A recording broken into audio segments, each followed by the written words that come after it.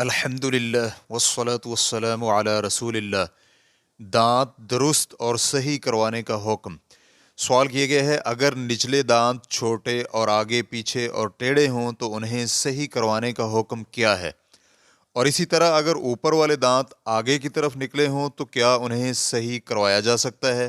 یہ علم میں رہے کہ اس کو صحیح کروانے کے لیے کچھ دانت نکلوانے پڑتے ہیں تاکہ اضافی جگہ میسر آ سکے، اور پھر اسے کھولنے کے بعد سکے کے مادے کا اثر زائل کرنے کے لیے دانتوں کو نرم کرنے کی ضرورت ہوتی ہے۔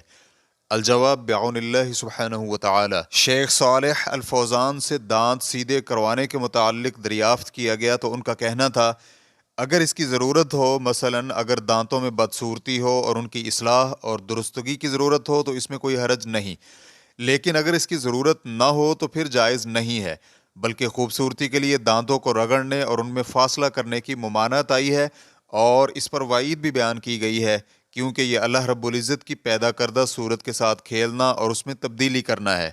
لیکن اگر یہ بطور علاج ہو یا پھر بدصورتی ختم کرنے کے لیے ہو یا کسی ضرورت کے پیش نظر ہو، مثلاً انسان دانت درست کروائے بغیر کھا نہ سکتا ہو تو اس میں کوئی حرج نہیں ہے۔ اور زائد دانت کو ختم کرنے اور نکالنے کے مسئلہ میں شیخ ابن جبرین حفظہ اللہ کہتے ہیں، زائد دانت نکالنے میں کوئی حرج نہیں، کیونکہ یہ منظر کو بدصورت بنا دیتا ہے اور انسان اس سے تنگ آ جاتا ہے، لیکن دانتوں کے درمیان فاصلہ کروانا یا رگڑ کر باریک کروانا جائز نہیں ہے۔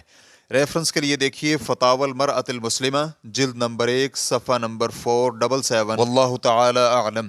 اسلام کیو اے ریکارڈنگز، مؤسسۃ الشیخ محمد صالح المنجد، المملکۃ العربیۃ السعودیہ، فتویٰ نمبر 21255۔ والسلام علیکم ورحمۃ اللہ وبرکاتہ۔